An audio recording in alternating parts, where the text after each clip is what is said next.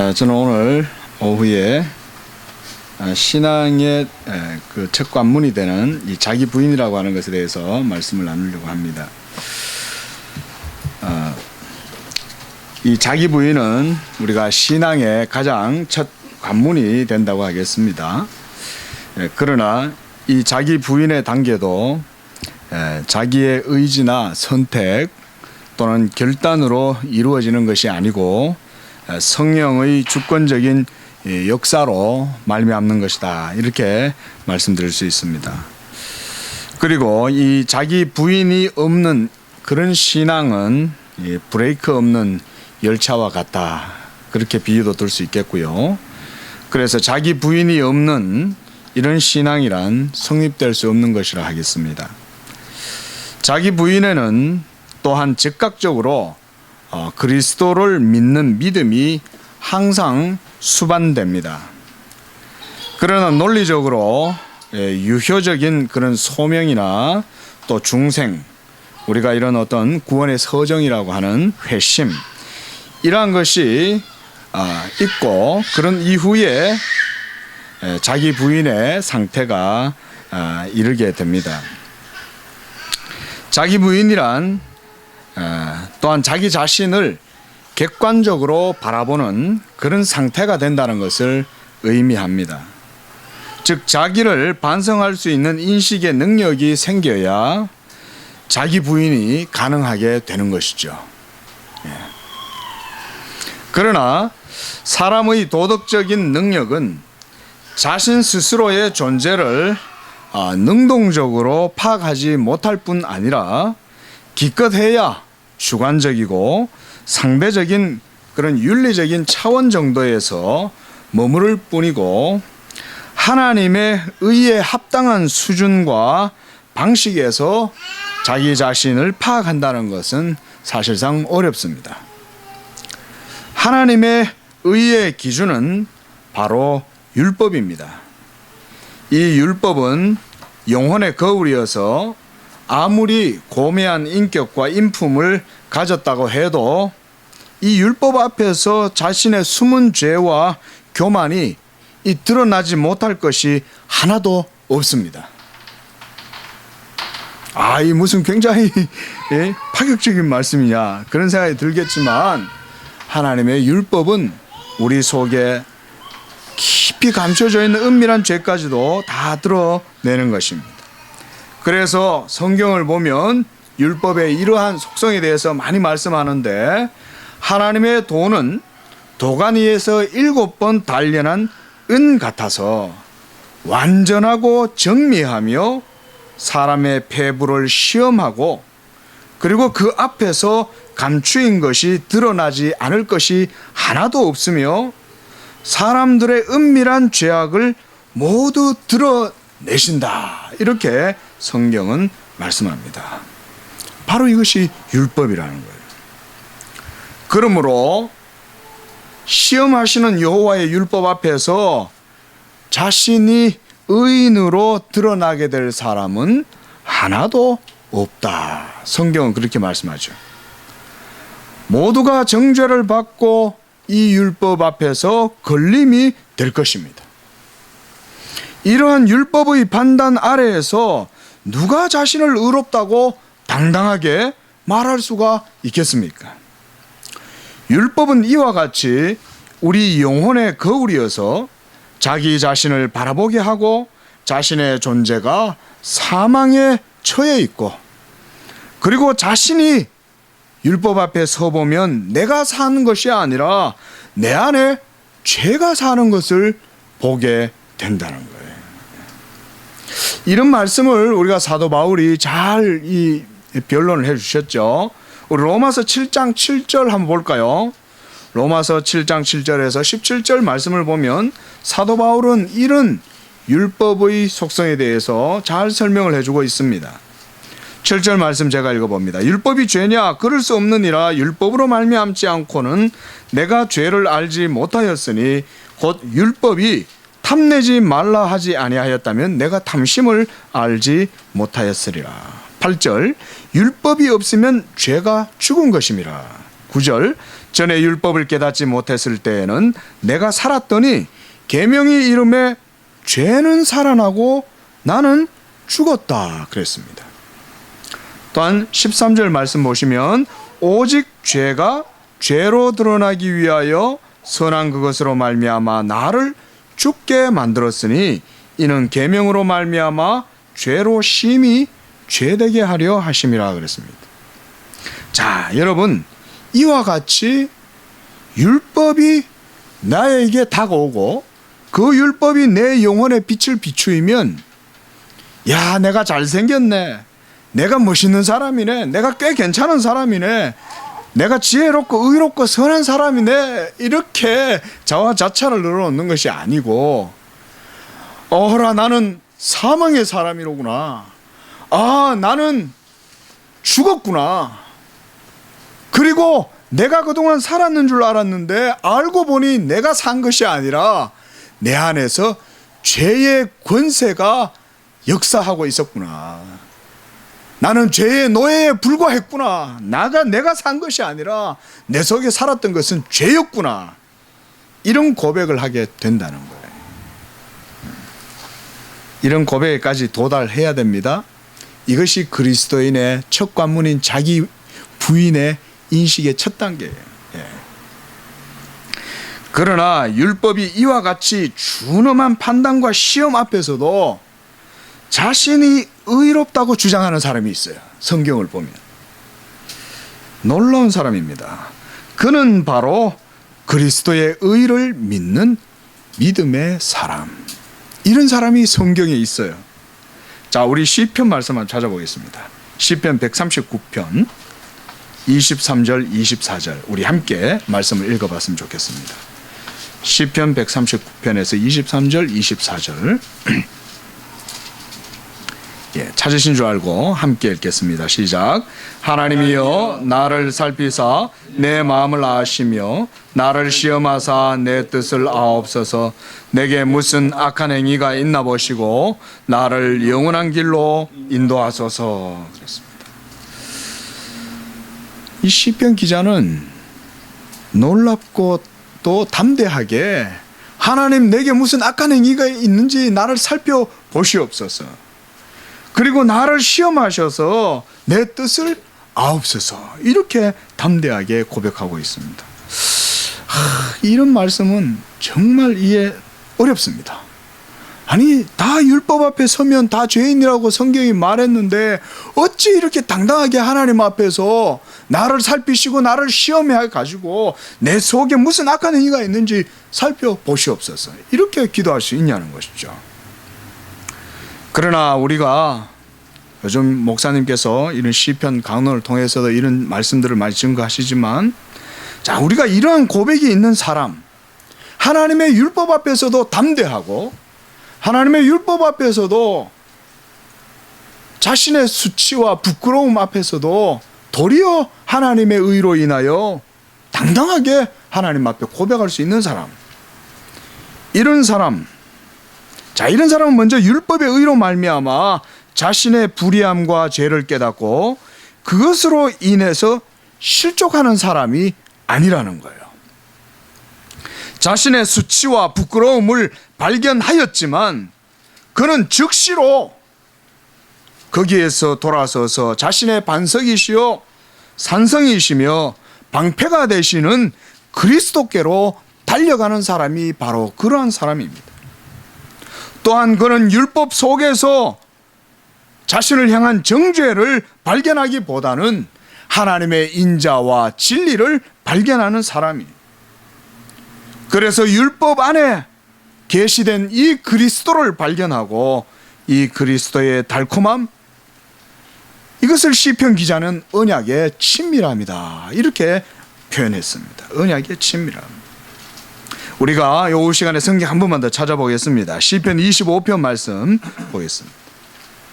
시편 25편에서 기자는 이러한 율법의 판단과 정죄 앞에서 그리스도를 발견하고 그리스도를 자신의 방패이고 산성이시며 자신의 의로 삼는 자라는 것을 보여줍니다. 시편 25편 특별히 7절에서 15절 말씀 보십시오. 7절 말씀 보면 여호와여 내 젊은 시절의 죄와 허물을 기억하지 마시고 주의 인자하심을 따라 주께서 나를 기억하시되 주의 선하심으로 하옵소서. 여호와는 선하시고 정직하시니 그러므로 그의 도로 죄인들을 교훈하시리로다. 이 율법을 말씀하죠. 9절에 온유한 자를 정의로 지도하시며 온유한 자에게 그의 도를 가르치시리로다 그랬습니다. 여기에서 이 온유한 자, 자 그리고 10절 여호와의 모든 길은 그의 언약과 증거를 지키는 자에게 인자와 진리로다 그랬습니다. 그리고 12절에 여호와를 경외하는 자가 누구냐? 그가 택할 길을 그에게 가르치시리로다. 14절 말씀 여호와의 친밀하심이 그를 경외하는 자들에게 있으며 그의 언약을 그들에게 보이시리로다. 그리고 15절에는 이렇게 말씀합니다. 내 눈이 항상 여호와를 바라보면 내 발을 그물에서 벗어나게 하실 것입니다 그랬습니다. 놀라운 말씀이죠. 여러분 여기서 그물, 이건 뭘까요? 그물은 우리의 죄가 하나님의 시험대 앞에서 결코 벗어날 수 없다는 걸 말하는 거예요. 하나님이 함정을 놓는 게 아니라 올무를 놓으시는 것이 아니라 우리의 죄가 하나님의 율법에 걸려 넘어지는 거죠. 그러한데 이 여호와를 경외하는 하나님의 사람은 그 발이 그물에서 걸려 넘어지지 않는다는 거예요. 자, 율법 앞에서 이와 같이 당당하게 자유롭게 하나님을 향하여 자기의 의를 고백할 수 있는 신앙의 사람, 그 사람이 누구겠냐 이거죠. 그가 바로 예수 그리스도를 믿는 믿음의 사람이에요. 그러므로 율법의 의 앞에서 자신의 죄를 깨달을지라도 그는 즉시로 그것을 여호와께 맡깁니다. 그리고서 하나님의 의를 바라보는 자입니다. 이것이 바로 구약의 가장 순전한 신앙이에요. 자신의 죄가 드러날지라도 그것을 감추거나 부정하지 않고 도리어 여호와께서 의롭고 선하시기 때문에 그분의 자비하심으로 죄인을 사하여 주시고 구원의 길로 인도하실 것이라는 것을 고백하는 것입니다. 이런 사람을 일컬어서 성경은 바로 오늘 9절에서 온유한 자다 이렇게 말합니다. 온유한 자. 여호와를 경외하는 이에게 여호와께서는 친밀함으로 다가가시고 그들에게는 하나님의 언약을 보여주신다고 하는 사실입니다. 그렇다면 또한 여기서 하나님의 언약이라고 할 때 이 언약은 뭘까요? 이 언약이란 바로 율법의 의 그 자체만을 말함이 아니라 이 율법이 증거하는 바 곧 그 언약의 실체이신 그리스도를 말씀하는 거예요. 율법에 계시되어진 예수 그리스도, 그가 바로 언약의 실체가 되십니다. 하나님께서는 바로 그리스도, 하나님을 경외하는 자에게 이 그리스도의 은혜를 그에게 비추어 주시는 것입니다. 그러므로 시편 기자의 이러한 고백은 항상 율법 안에 계시된 그리스도에 대한 믿음의 증거를 가진 것이라 하겠습니다. 그 중심에는 하나님의 그리스도에 대한 신앙이 있는 사람이요, 그가 바로 믿음의 비밀을 간직한 자인 것입니다. 이 믿음의 비밀을 가진 사람만이 경건의 비밀을 아는 사람이에요. 이 경건의 비밀이 마음에 없는 사람, 그런 사람은 율법을 마치 자기가 잘 이것을 지키는 것인 양 외식하고 가식과 위선 속에 자신을 나타내 보일지 몰라도 하나님은 알아요. 그 마음에 하나님을 경외함이 없고 율법 앞에서 자신을 속이고 있다는 것을 하나님은 아세요. 다른 사람들은 모르겠죠.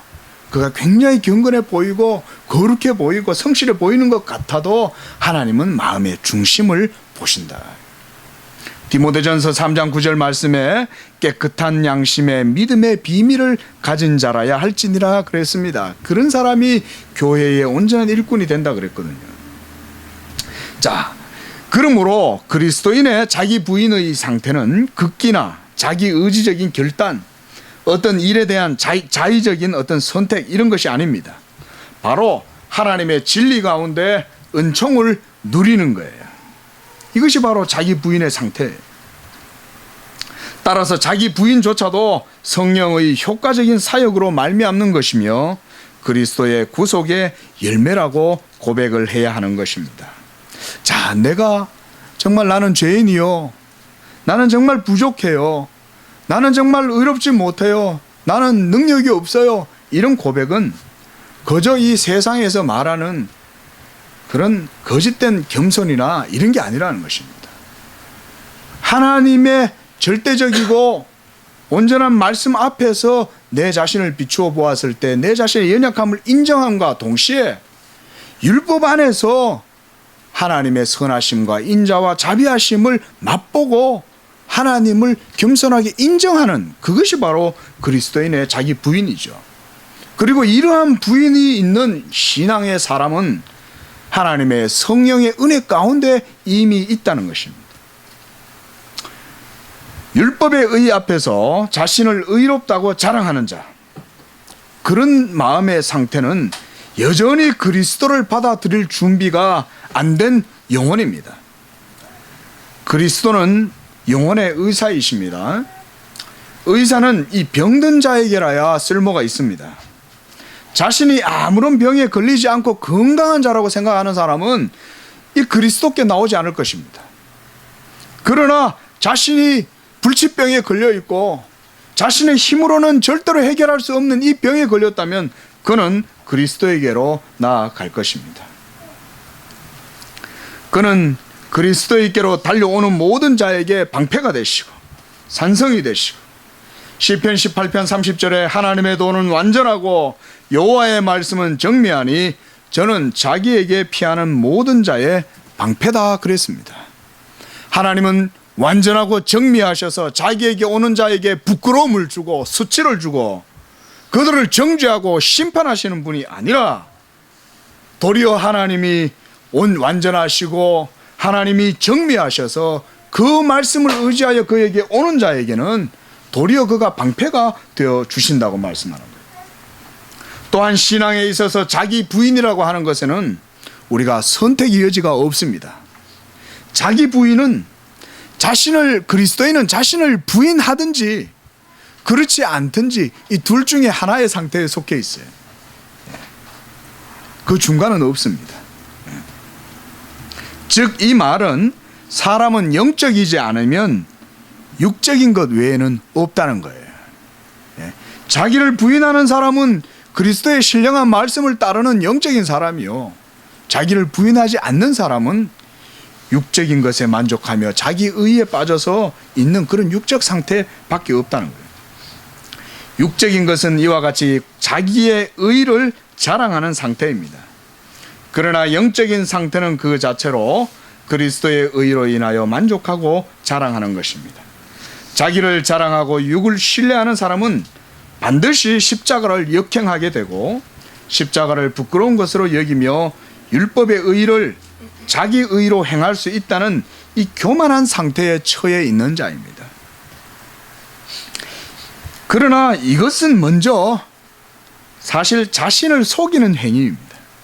왜냐하면 하나님의 율법의 판단이 온 세계에 분명하게 서 있고 양심은 이것을 변명하거나 핑계할 수 없게 하기 때문입니다. 하나님의 심판하시는 칼이 역사의 중심에 분명히 서 있으며 그리스도의 십자가가 이것을 증명하는데, 자신이 의롭다고 여기면서 자신을 부인하지 않는다면 그것이야말로 하나님의 준엄한 판단을 무시하고 손바닥으로 하늘을 가리는 그러한 일이 될 것입니다. 그러므로 이 자기 부인에 있어서 이 회개는 그와 같이 신앙의 첫 관문이라고 하겠습니다. 다음으로 자기 부인은 곧 자기 십자가를 지는 것입니다. 그리스도께서는 누구든지 자신을 따르고자 하면 자기 십자가를 져야 한다 이렇게 말씀하셨습니다. 오늘 읽었던 우리가 24절 말씀을 보면 예수께서 제자들에게 누구든지 나를 따라오려거든 자기를 부인하고 자기 십자가를 지고 나를 따를 것이니라 그랬습니다. 이 말씀은 곧 자기를 부인하는 것은 자기의 십자가를 지는 것과 같다는 것입니다. 그리스도를 따르고자 하면서 자기를 부인하지 않는다면 그것은 주님께 합당치 않다고 하셨습니다. 자기를 부인한다는 것은 자기 자신을 또한 그리스도의 십자가에 못 박았다는 것을 의미합니다. 자, 한번 따라해 볼까요? 자기를 부인하는 것은 그리스도의 십자가에 자신을 못 박았음을 의미한다. 그리스도의 십자가에 자신을 못 박았음을 의미한다. 이것이 바로 이는 내가 죽었고 또한 살았음이라 하는 사도 바울의 고백과 같은 거예요. 로마서 6장 6절에서 11절 말씀을 보면 사도는 이렇게 말씀합니다. 8절 말씀에 만일 우리가 그리스도와 함께 죽었으면 또한 그와 함께 살 줄을 믿노니 이는 그리스도께서 죽은 자 가운데 살아나셨음에 다시 죽지 아니하시고 사망이 다시 그를 주장하지 못할 줄을 알미로라. 11절 말씀에 이와 같이 너희도 너희 자신을 죄에 대하여 죽은 자요 그리스도 예수 안에서 하나님께 대하여는 살아있는 자로 여길지어다 그랬습니다. 또한 갈라디아서 5장 24절에서도 그리스도 예수의 사람들은 육체와 함께 그 정과 욕심을 십자가에 못 박았다 그랬습니다.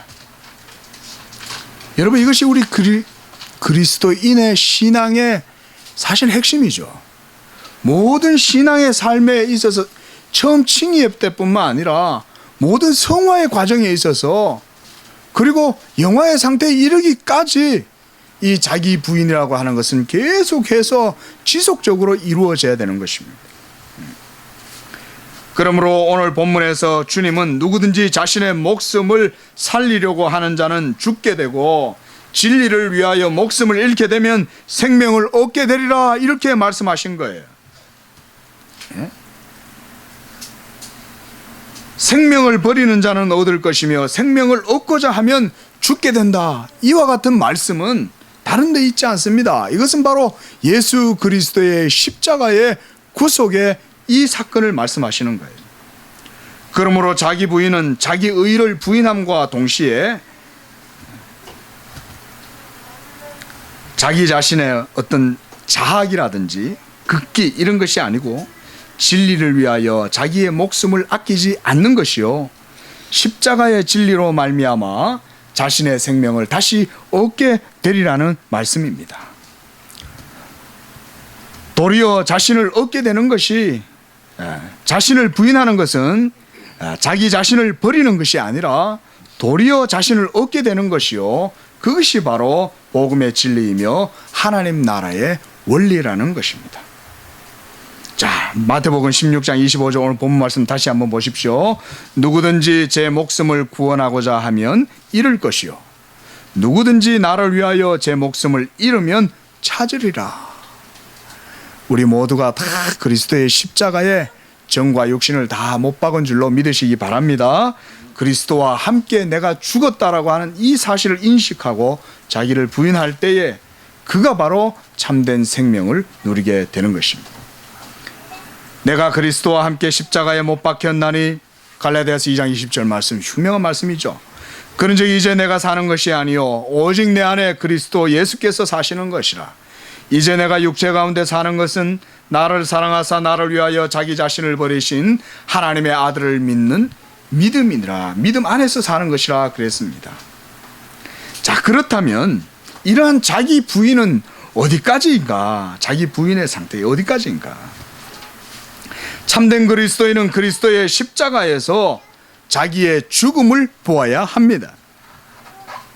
예수 그리스도의 십자가는 그저 목에나 걸고 다니고 책상 위에나 놔두는 그런 물품이 아니죠. 예수 그리스도의 십자가에서 자신의 죽음을 보아야만 진정한 십자가를 그가 안다고 할 수가 있습니다. 거기에서 그리스도인은 나를 발견해야 됩니다. 그렇지 않으면 그는 온전한 성령의 사람이 될 수 없습니다. 또한 그의 삶은 예배자의 삶이 될 수가 없습니다. 하나님이 기뻐하시는 향기로운 생축으로 그리스도께서 자신을 들이셨을 때 우리도 또한 그와 함께 십자가에 못 박히고 십자가를 지고 나아가면 하나님께서 또한 우리를 산제물로 받으시는 것입니다.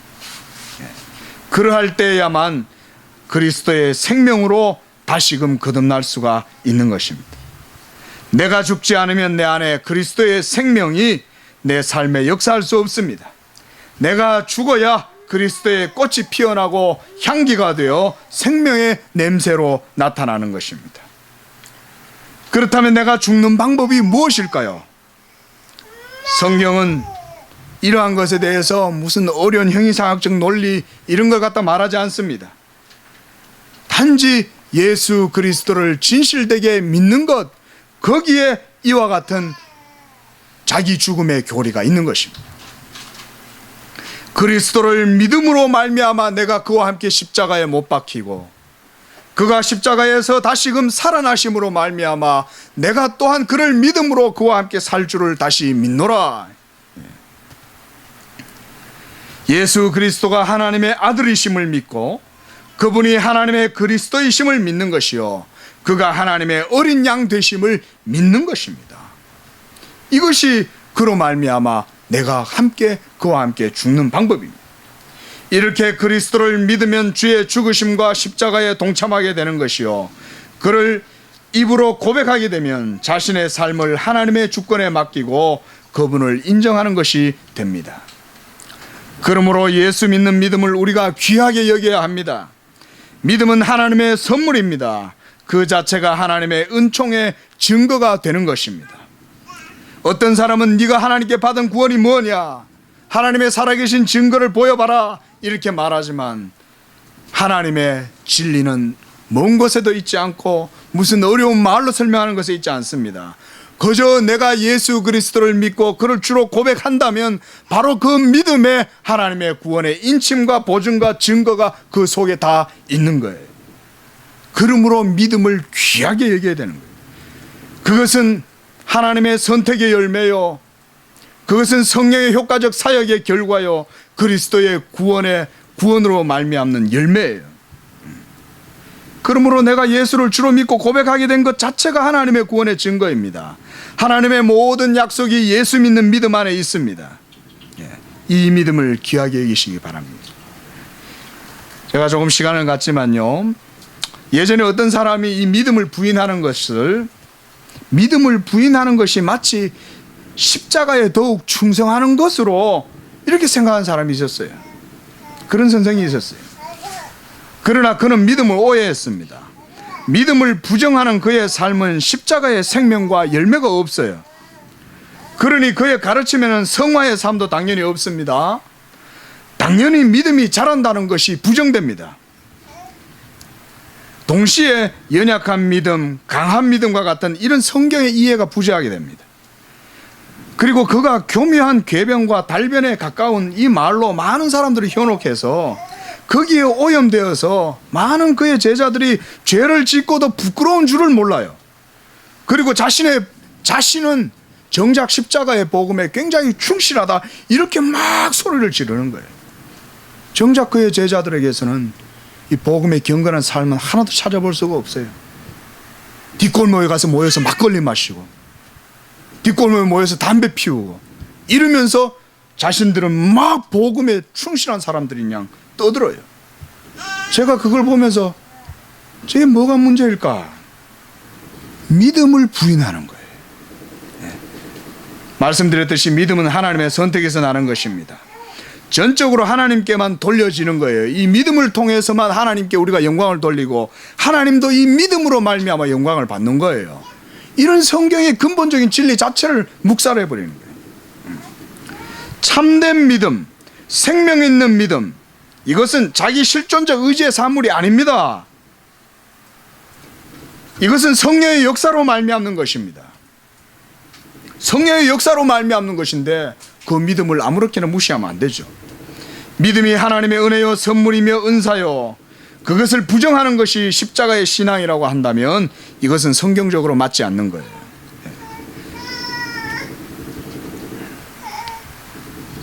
자, 선물을 주시는 이의 호의를 자기가 불의하다 해서 이것을 받아들이지 않는다면 이것을 주시는 분의 호의를 자기 의지로 끝내 받아들이지 않는 것 외에 다를 바가 없죠.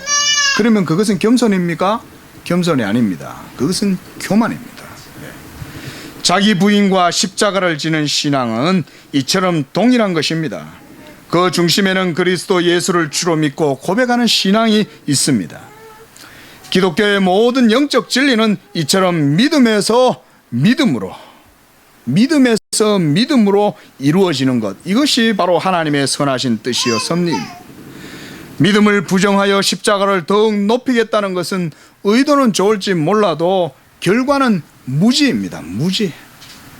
그러므로 그것은 곧 악한 것이요, 그 중심에는 교만이 숨어 있다고 판단할 수밖에 없습니다. 자기를 부인하는 것은 곧 자기 십자가를 지고 그리스도께 배우는 제자가 된다는 것을 의미합니다.